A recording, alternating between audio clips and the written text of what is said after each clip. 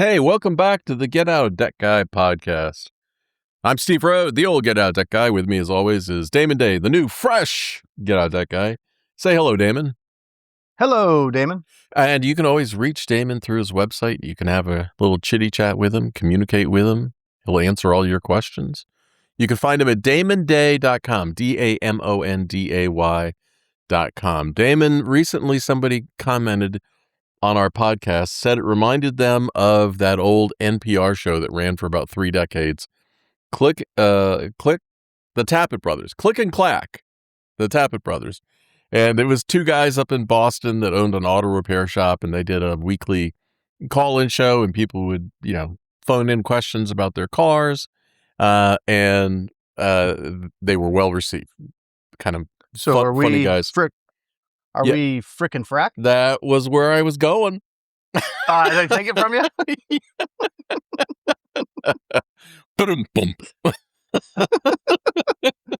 Yeah, and I even though I'm the new Get Out of Debt Guy, apparently, I'm getting to the point now where I don't remember where that reference. I know that reference, and I've used it lots of times, but I don't remember where it came from. I don't know where it came from either.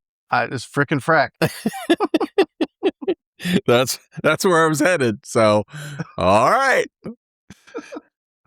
So this week we've got a bunch of stuff to talk about on our well-researched and well-planned show. I'm sure.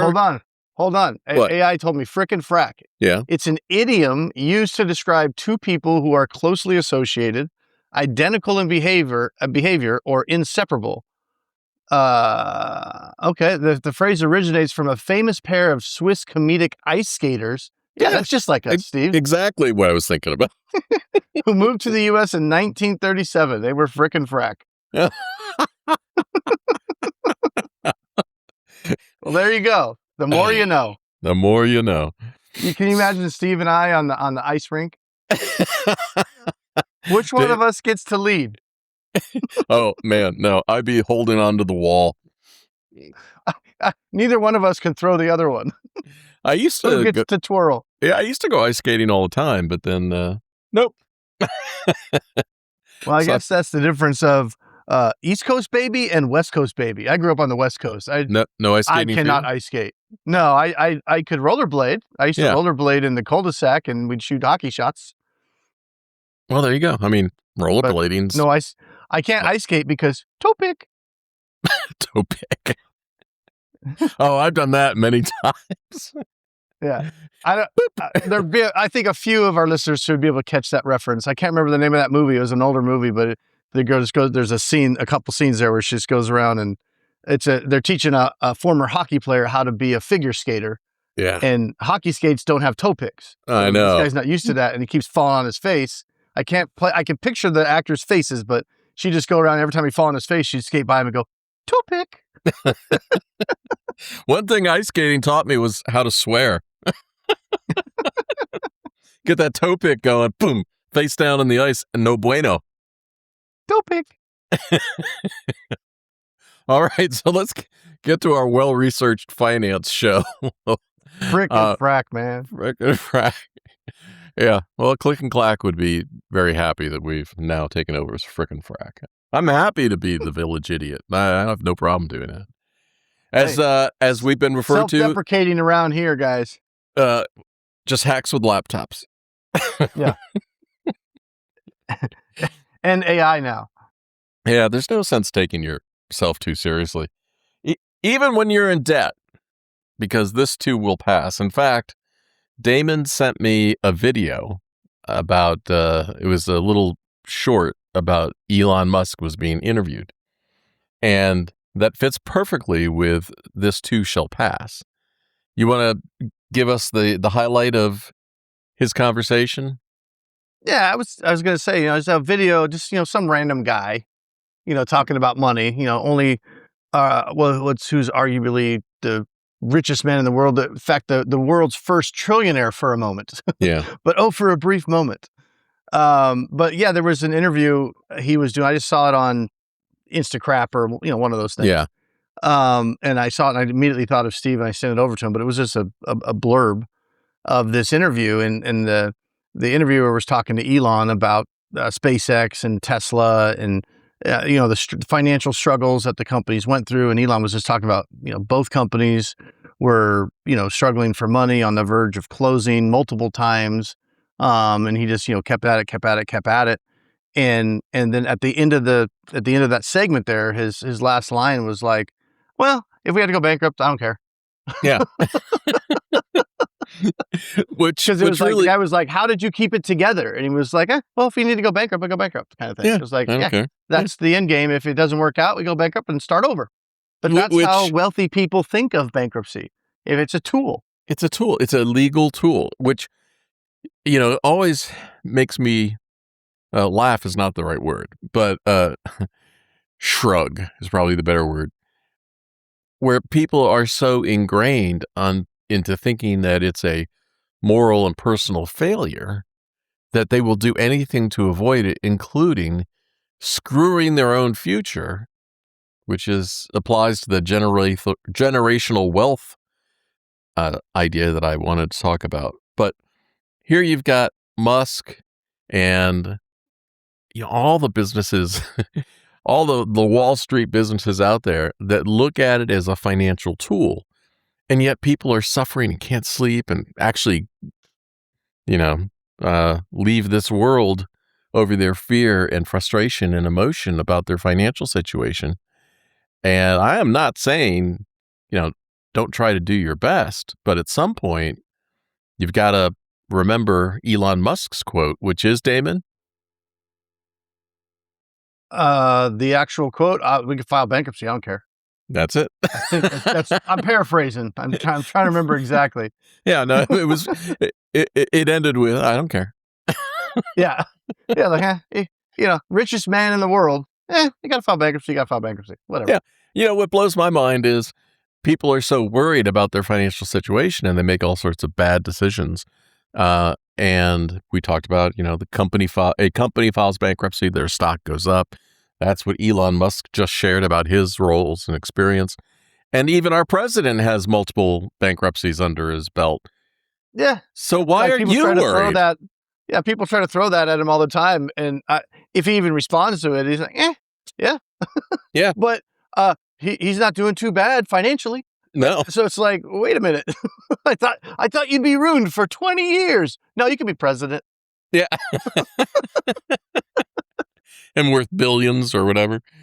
Yeah, but it's just, because I actually just pulled it up because I'm going to, do a little video on that whole thing. And I had an outline and I remembered I had the outline, but in the little description, I had in here, life is not over after bankruptcy. And how I'm describing this video is, Elon Musk has openly discussed how close Tesla and SpaceX came to financial collapse.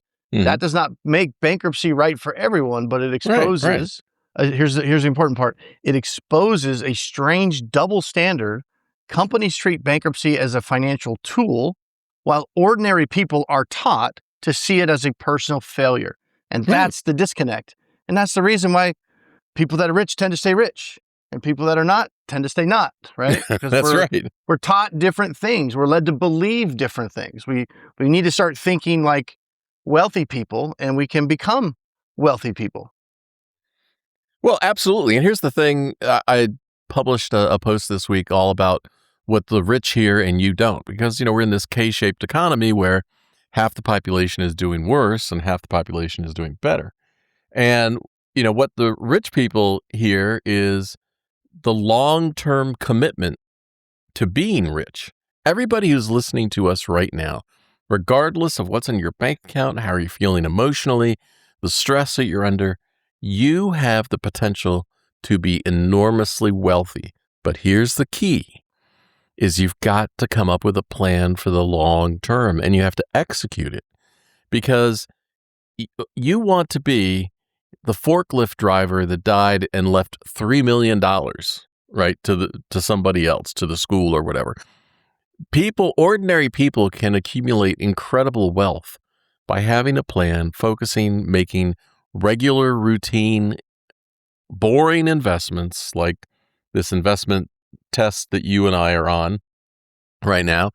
And that wealth will accumulate and accelerate. The value of compound interest and time is something that can never be replaced or repeated.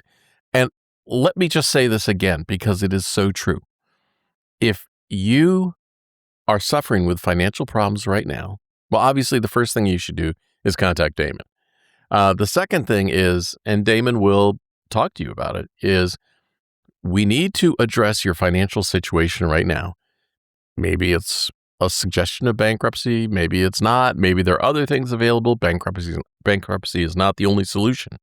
But if you come up with a plan to deal with your current situation, you set your sights on the long term, you do something that's manageable and sustainable, not only will you have wealth when you retire, if you start early, but your generations ahead of you who might inherit what you leave and exercise the same discipline.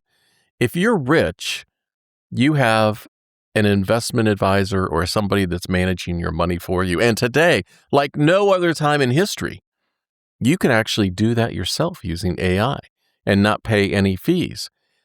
But that's how the money magnifies and accumulates to these huge sums. I'm off my soapbox now. Well, that's the American dream, right? The promise of, hey, you come here, you work hard, and you're smart with your money. You can grow that money to generational wealth. You're telling me, and well, I was reading it in the article, and you mentioned it too. One of the big takeaways from this article at getoutofdebt.org, it's on the front page this week. It's what the rich are hearing right now that you're not inside the 124 trillion wealth transfer. Right. And you were talking about that with a lot of these wealthy families that have generational wealth, that many of them, or most of them, I can't remember the exact stat on there, it was only 2 generations ago started with nothing. Right, exactly. So just 2 generations later, we're talking generational wealth, but you go back 60 years and they came or had nothing and it started. But the point is, somebody down the line had to make that decision, like, okay, I'm not going to live like this anymore. I'm going to start doing things differently, and I'm going to start building. And now their grandchildren, and their children, previously, are enjoying the fruits of those decisions.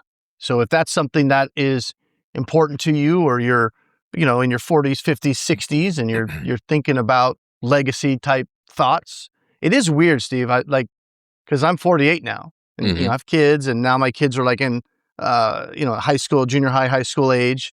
It's when they talk about midlife, it's a real thing where your thoughts and how you think about things just totally changes from when you were like 20 and 30. It's all of a sudden you start thinking about, I don't know how much longer I have. It could be 30 years. It could be one day. I don't know. And, if I was going to be gone tomorrow, how would I want to be remembered? And, it's so weird how your brain just like hits that script and like, how do I give back now? And how do I, just try to build this legacy. So, when I am gone, I'm, remember, because when you really start thinking about it, it's like, most people are lucky if they're remembered 2 generations. You know what I mean? Or It's five minutes from now. Like how many people know the even the names or the much less the history or the life story of unless your you're freaking great frack. grandparents. Mm-hmm. Yeah, like or of your great grandparents. Like I bet you there's a lot of people listening that if I asked them what were the names, first and last name of your 4 great grandparents, they might not be able to come up with it. Like, and that you start thinking about things like that, right? Like what can I do to give back and carry that, and what's my legacy, and how can I help? Versus when you're like 20, it's all different. You don't even think about that. Like, oh, that's way down the line, and I gotta get mine, and I gotta be, get my career going and all this kind of stuff. And then you have this shift, and it's a real thing. So, well, here's the thing. I don't know how I got on that tangent, but so I'm 66 years old. And what I have learned in life is there's a big difference at being my age. You want to be able to, you've got 2 things that you can say to yourself in the middle of the night. Either one, you know what, I should have done it. I should have saved. I should have planned when I was younger. I wasted all that time. Or you can say, oh man, I am glad I did it. Yeah. Nobody's ever going to die unhappy by saying, I'm glad I did it. I really had a great life. Yeah. It's I think much a lot of better to us- do than wish.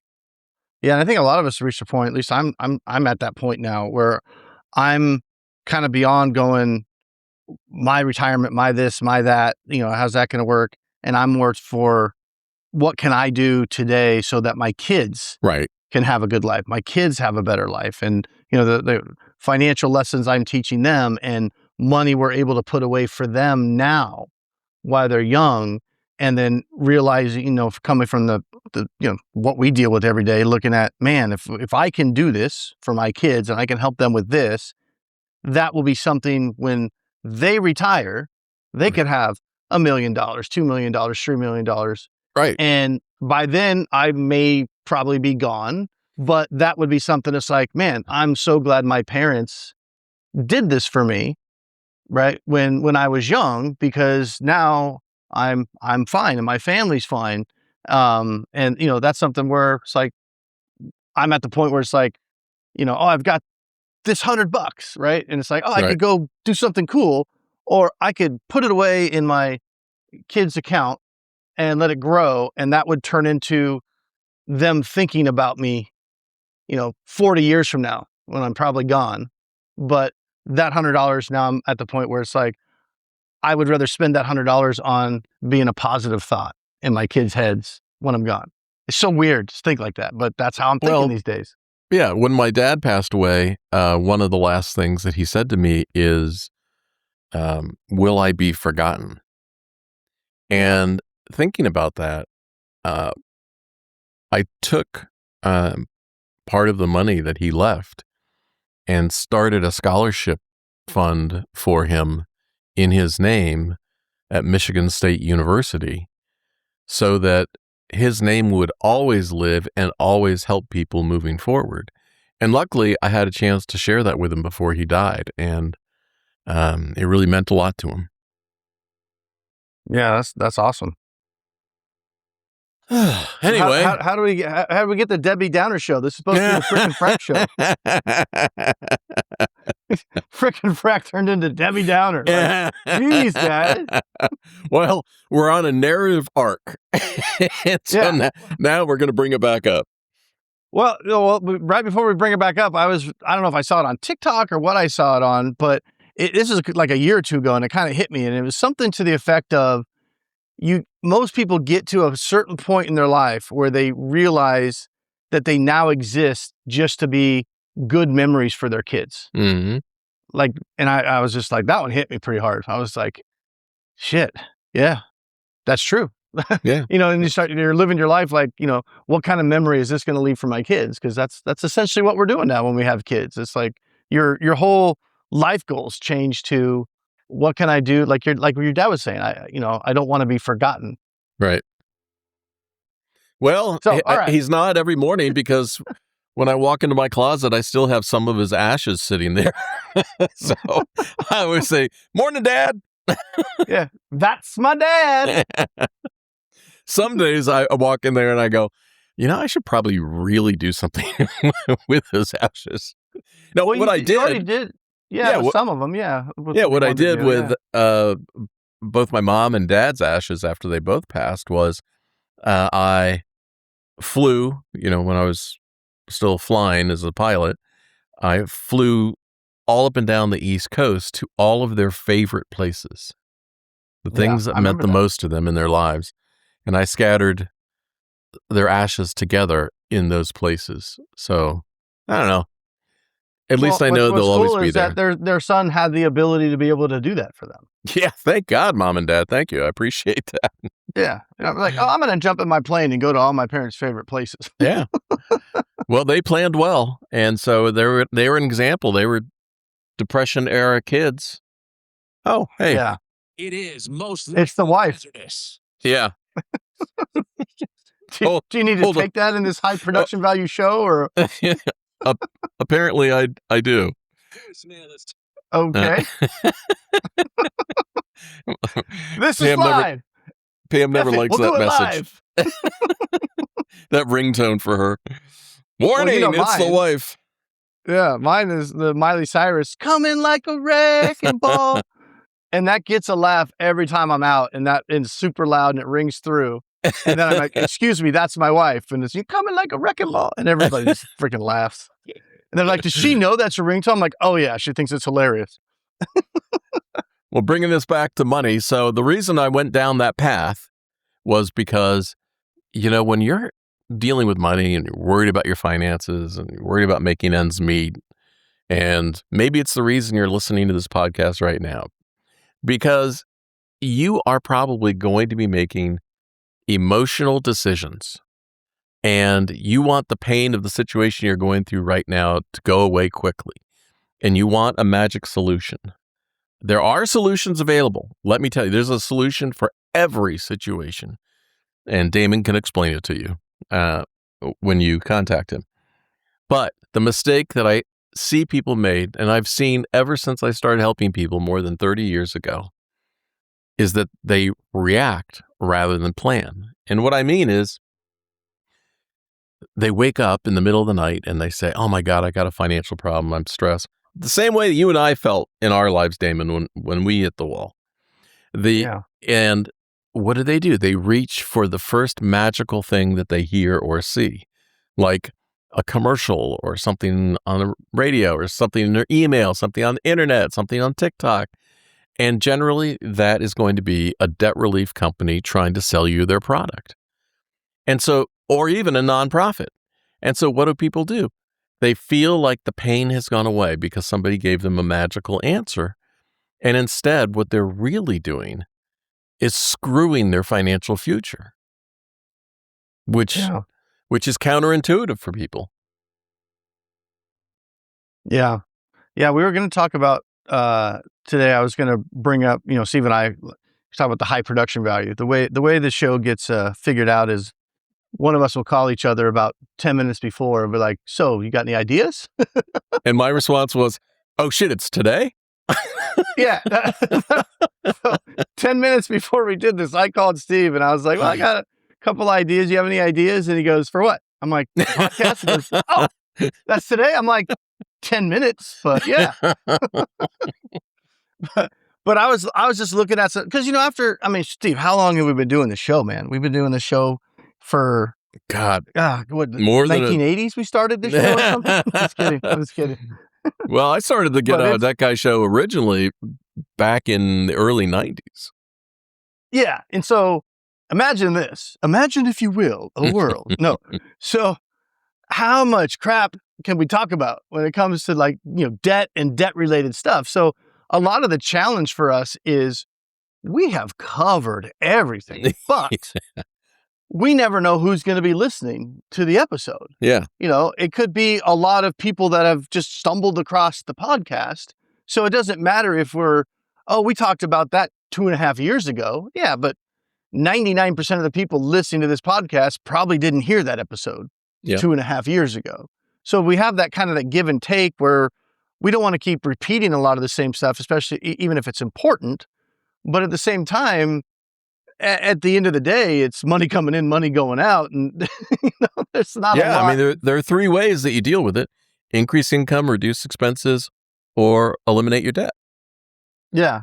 Well, I was just reading, it was talking about, the Federal Reserve report that came out, light toilet reading, right? Mm-hmm. And it was talking about non-housing debt, which is the debt we typically talk about, credit cards, personal loans, auto loans, things like that.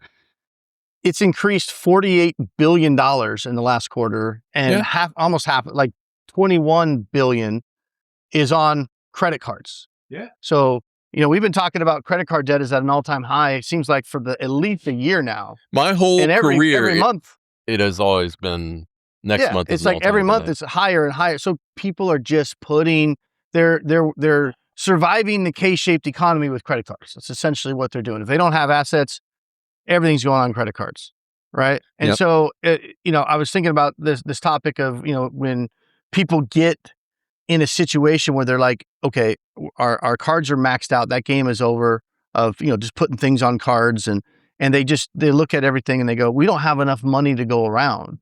And it ties back to what you were talking about, where people wake up in the middle of the night in a panic. And instead of coming up with a plan, they're just knee-jerk reaction. Okay, this bill needs to be paid. This bill needs to be paid. And the funny thing is, a cheat sheet kind of thing is usually the bill that doesn't need to be paid is the one that's yelling at you the loudest. Right, exactly. Right? It's like your mortgage the company's small dog not syndrome. calling you every day. Yeah. Because they're feeling like, hey, we're going to take this house, right? But the ones that are not secured, right? The ones that they don't have much recourse, or as much as like the mortgage company, they're the ones that are trying to scare you the most. They're the ones that are pestering you the most because they're the small dog syndrome, right? I've got two, I call them medium-sized dogs. They're about like 50 pounds or so. And then I've got my little Maltese, and she runs around like she rules this house. Like she's the sheep herder for these two, just yap, yap, yap, yap, yap, yap, yap, yap, yap. But it's because she's got that small dog syndrome that she's got to appear big and scary to protect herself, right? Even though she's just freaking little Maltese. That's your credit card collector, freaking little Maltese. Your mortgage company is the pit bull. The pit bull can just stand there and be like, so you want to try something? Yeah. He doesn't have to be barking at you. But that little Maltese can be yap, yap, yap, yap, yap. Give me a treat, give me a treat, give me a treat, So anyway, I was just thinking about this when you're in that situation where you can't cover, you're spread too thin, you can't cover everything. Don't just start missing payments without having a plan, because there is a pecking order to this stuff. You have to look at this as, okay, what are the consequences of, I've got $100 and I have $200 in obligations.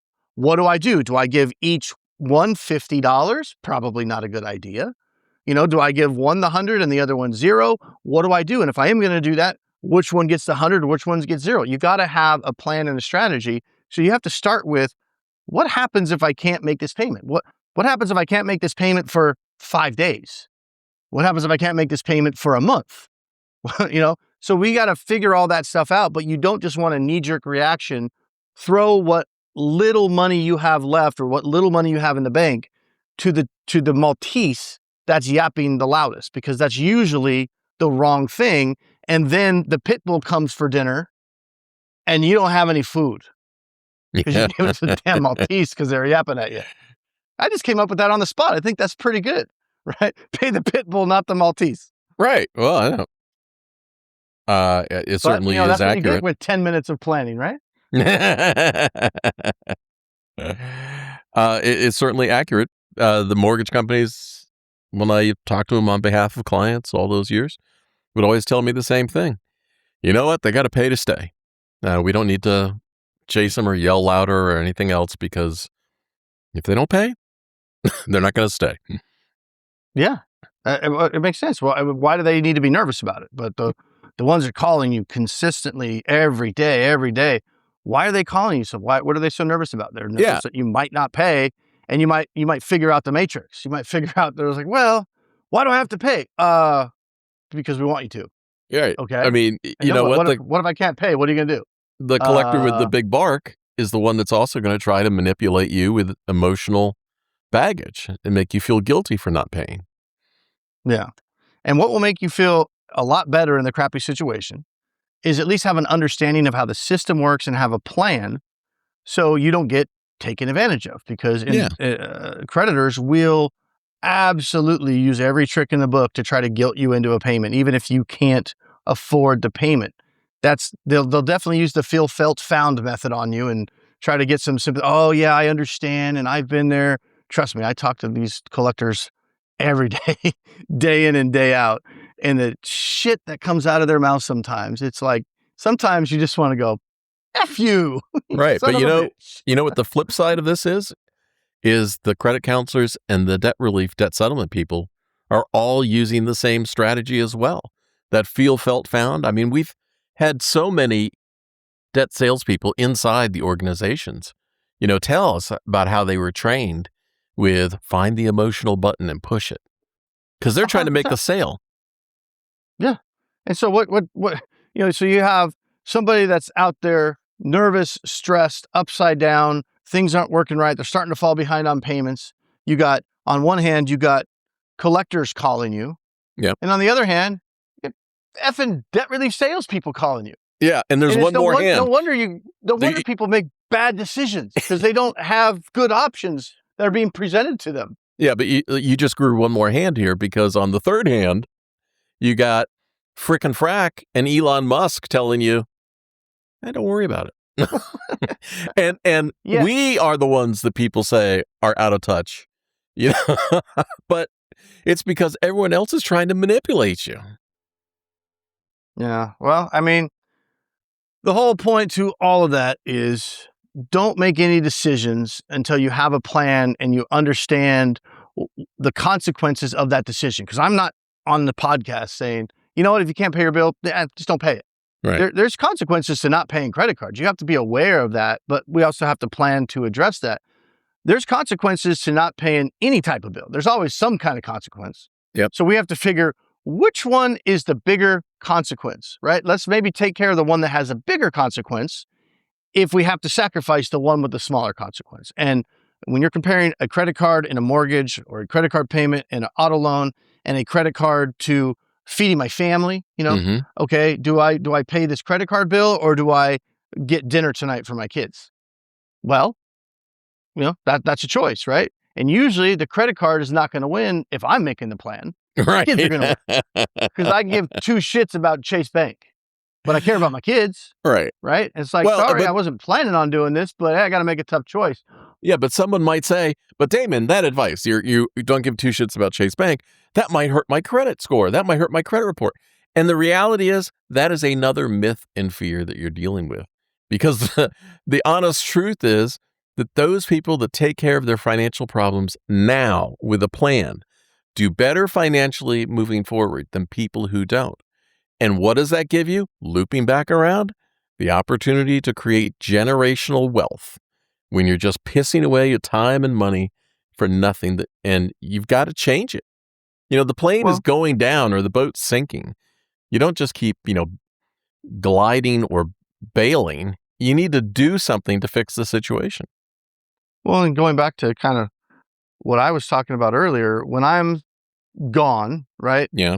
I don't want the memories, of me, my kids' memories of me to be like, well, our childhood sucked, but Dad did his best. And what's cool about it is he always paid Chase Bank every week, even if he didn't. I don't want that to be their memory of me. Chase is not coming to your funeral, buddy. I don't know why. I don't have any specific or particular beef with Chase, but they tend to be always my example when I'm thinking of a bank. I always use American Express. You know what it might be? You know what I think? It's because I used to bank with Chase for many, many years, but I don't bank with them anymore.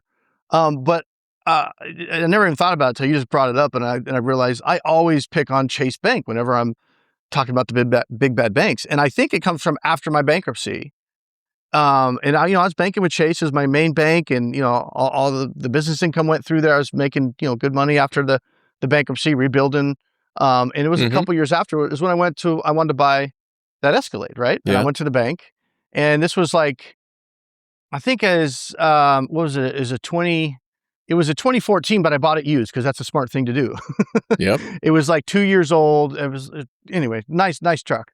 So this was probably about 3.5 years post bankruptcy, and my credit was in the mid sevens, already, and had been. And I had, all kinds of new credit cards, and anybody looking at my life 3 years after bankruptcy would have no clue I'd filed bankruptcy 3 years ago, which is another little tip when people think, oh, my life's going to be over for 20 years. But anyway, I remember this is back in the days when you did go into the branch and, talk to a banker.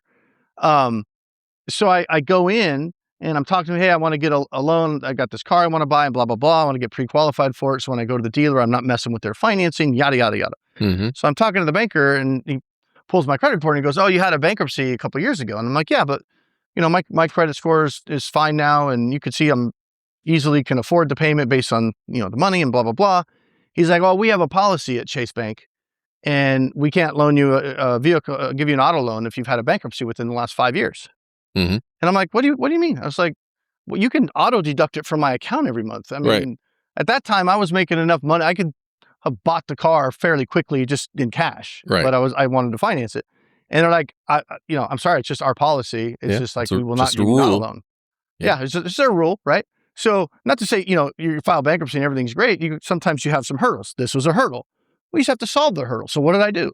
I left Chase, pissed off. There was a credit union across the street, like literally across the street. And I went, fuck you, Chase. So I walked across the street. I'm not a member there or anything. I've never even been in there. I walk in, I'm like, hey, you guys do auto loans? Yeah. Okay, I'd like to talk to somebody about an auto loan.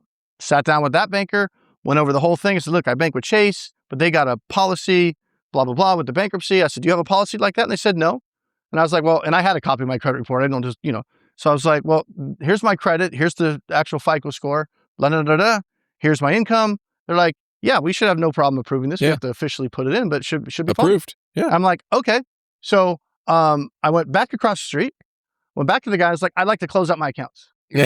Closed out my accounts, went and opened up, became a member at the new credit union, got the loan, and went and bought the truck. Yeah. So, F you, Chase. That's probably why I always pick on you.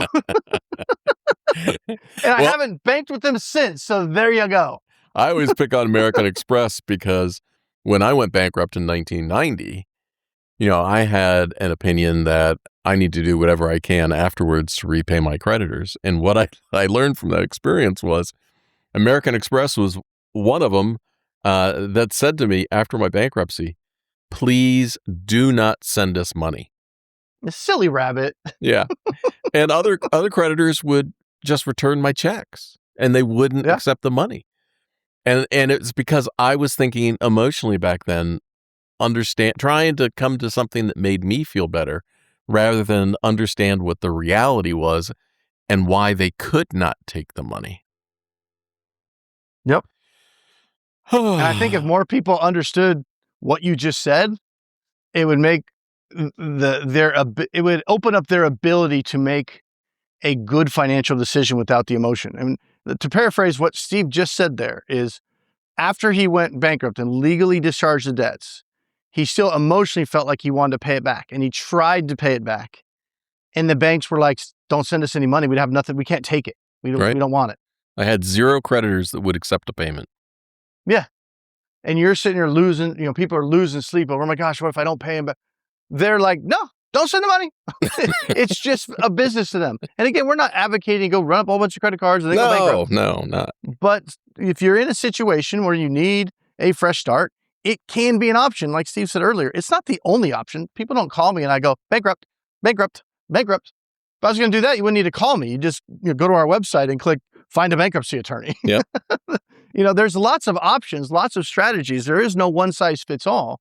But we always, again, I reiterate this all the time. So I don't want people to come away from our podcast thinking, all these guys are going to do is tell me to file bankruptcy. They just talk about bankruptcy all the time. No. We talk about bankruptcy a lot because it's one of the options that's the most underserved in terms of PR. Bankruptcy has bad PR. So we try to help it with that. But our whole thing is look at every option available and then make a smart, I don't want to say emotionless decision, but I don't know the word for minimal emotion. Well, the financial decision that is best for you. Correct. And it's usually not just one. There's usually multiples where it's like a degree. What are you willing to sacrifice? So if you're looking at, I want to try to Dave Ramsey-ish, I'm doing air quotes, my way out of this. We're talking about massive lifestyle sacrifice. That's what it comes down to. Not impossible. Hard. Most people, it's pretty hard. But also throwing away your potential for generational wealth by doing that too. Yeah, that. And then you start looking at like a debt settlement or a bankruptcy, you're talking more of a quote unquote credit score sacrifice. So no matter what you do, there's going to be some kind of sacrifice. It's not going to be a fun decision, but it is a decision that you have to make. Which way do you want to go? Do you want to really sacrifice lifestyle, or do you want to sacrifice credit, or do you want to sacrifice a combination of both so that you're not, to quote Dave Ramsey, having to eat beans and rice and have 18 roommates living with your family. Mm-hmm. Is that actually a Dave Ramsey quote? With my family. I don't even want one roommate, much less 18. Hell no.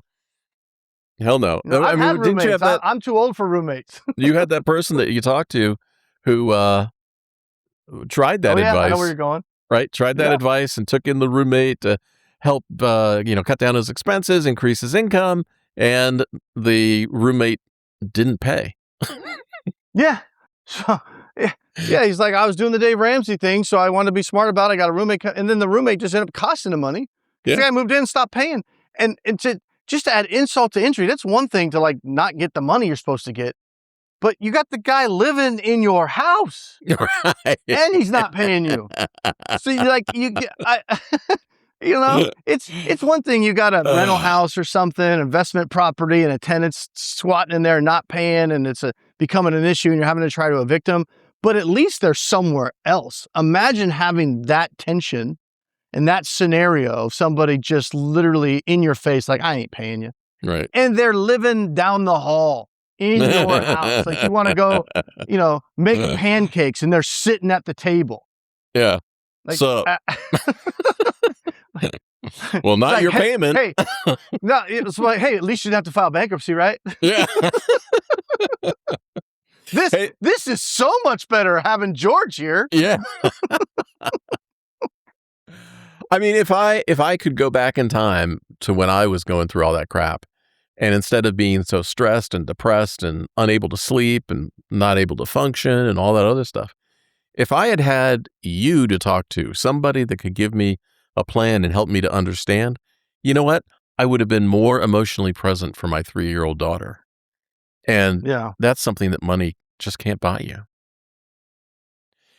Damon, there's one thing I do want to close on the podcast. I'm not sure. I might have texted it to you. I don't think I wrote about it. But it was a great article about how this is how much college degrees are just more and more bullshit. It was the story I sent you about how people are now using AI to complete their online degrees. Oh, yeah. Take the tests and everything.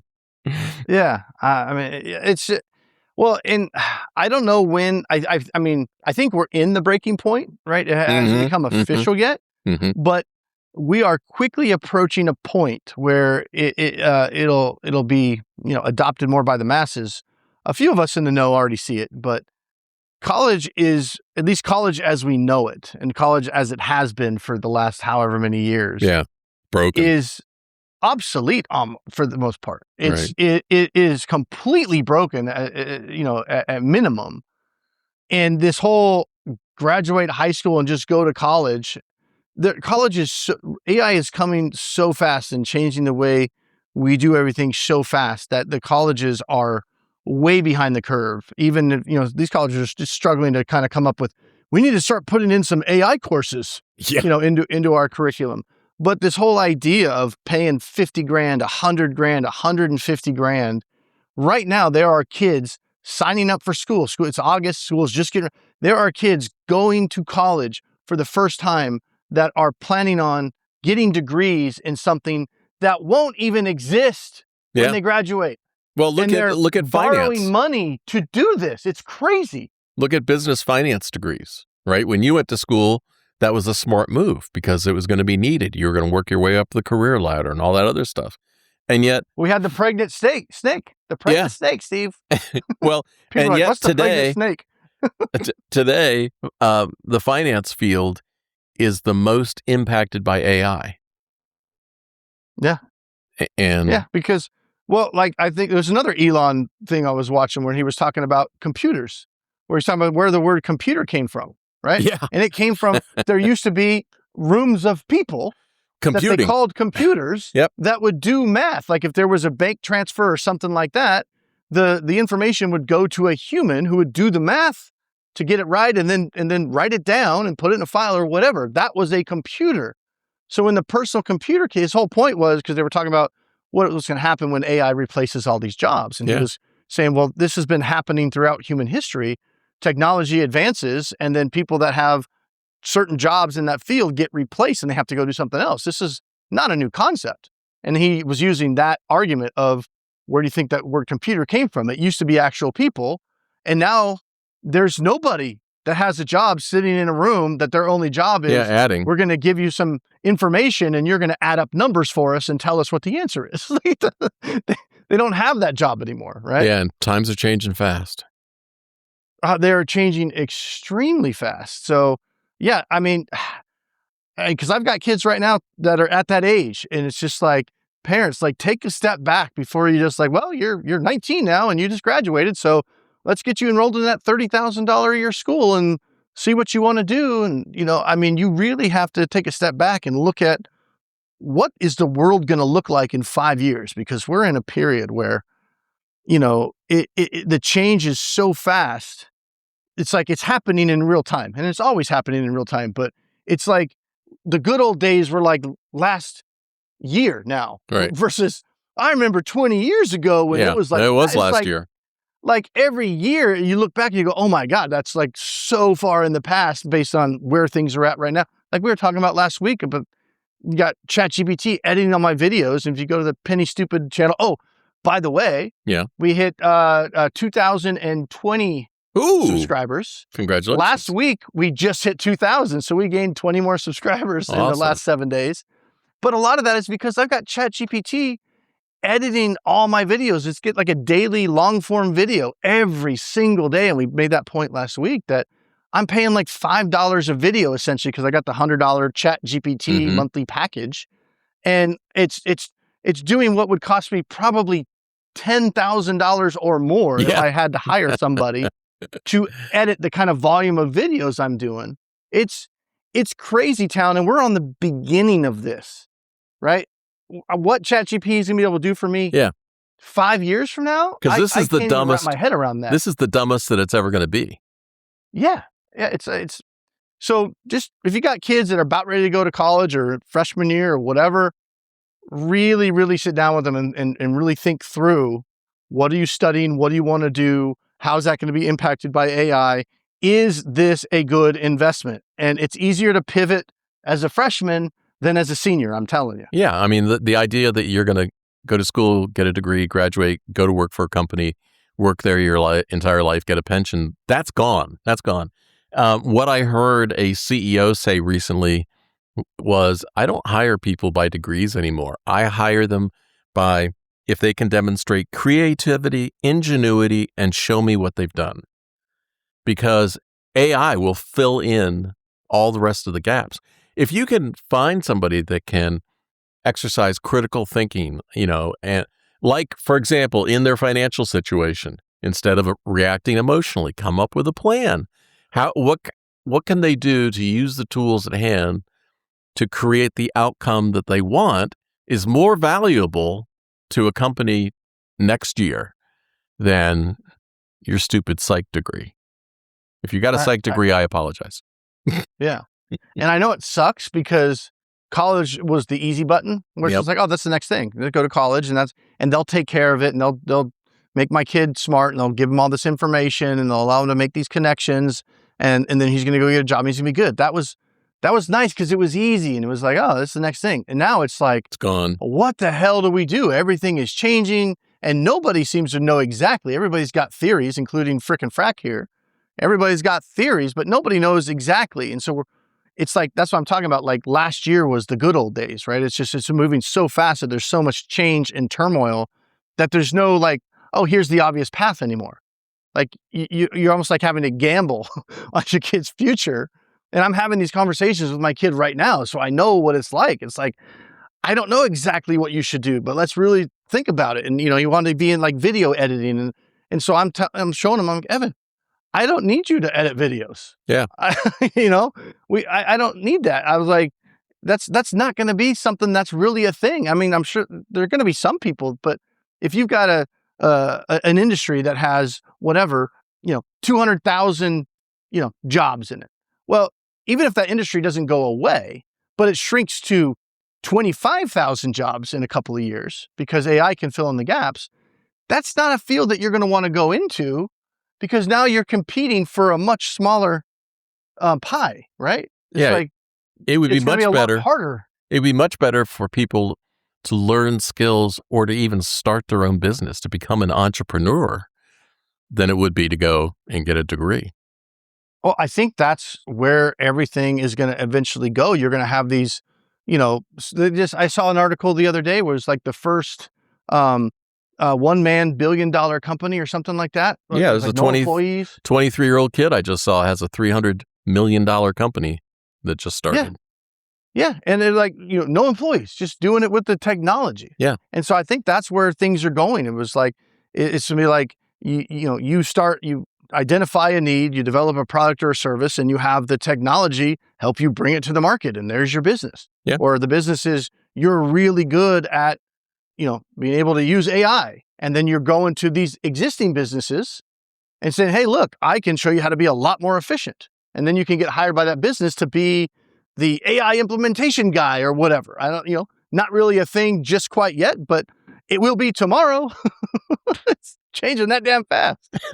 Well, There's businesses right now going, we need an AI guy. I heard about this AI. Hey, how do we get AI to work for us? And they have no idea how it works or anything, or how it can be implemented to make them more efficient or make them more money. Mm-hmm. But if you can show them how you can make them more money, they'll be interested. And they'll be like, oh, I can get this is like the internet, craze back in what, 10 years ago, 15 years ago, you can make a whole bunch of money if you know how to build a website. Yeah. And you go to a business, you'd be like, hey, I've been looking at you, I was on Google and I noticed you don't appear in the search results and you don't have a website. Here's what I can do for you. And you would, pitch them that, and they would be, oh, that sounds awesome. I'm going to get more customers. And they would pay you $2,000. Oh, I paid $5,000 for my first custom website. Yeah, and that was a big thing. Early 2000s, yeah. Yeah, now you can't do that because I needed to redesign on my website, Steve. And you're like, oh, I can do that for you. And then like 5 minutes later, you send me a link. You're like, how's this? And I'm like, that looks really good. You're like, yeah. And you had Claude do it or whatever. Yeah, I did. So you can't just go and be like, oh, I got $5,000 for a website. They'll be like, no, thanks. Click, click, click, click. Oh, this looks really good. And then publish. By the time you hang up the phone, you got a new website already. I heard about a guy who his new business strategy was he would just take a list of like landscapers, and he would just set his AI to build a website for every one of them. And then he would contact him and say, hey, I built you a website. You want to look at it? And if you like it, you can buy it. Yeah. But that's what I'm talking about, learning how to use those tools. That's where and then be able to go to an existing business and say, because they don't care how you did it. They just care like, oh my gosh, I've got this thing. This thing's going to make me more money, right? Yeah. I want to hire this guy, or I want to pay this guy, whatever. So I have access to this. That's not what that guy is doing is not new. That's kind of the business model for a lot of those guys, contacting small businesses. But in the past, they would have to spend a considerable amount of time putting those websites together. Yeah. So they're just taking the same tried and true model and then putting it on steroids, because now AI can throw those websites together in a day for 50 potential leads and then send out the emails with the preview. And hey, I can do this awesome thing for you. You just got to pay me a little bit of money and your website can look like this instantly. All right. On that note, Damon, let's I wish you a good day. The big takeaway on that last segment is don't be getting your kids into a ton of debt, going to a 4-year school without really giving some thought to, is the degree going to give them something that they can use to turn into a living when they graduate? Because it's not a good investment if the answer is no. And if the answer is yes, it's still probably not a good investment because you can get those skills way cheaper and way faster than taking 4 years and, partying your way to a degree. Right. But, I digress. I'm just Frack. All right. Well, I'm Frick. And we're going to get the frick out of here. Until next time. I'll see ya. Peace.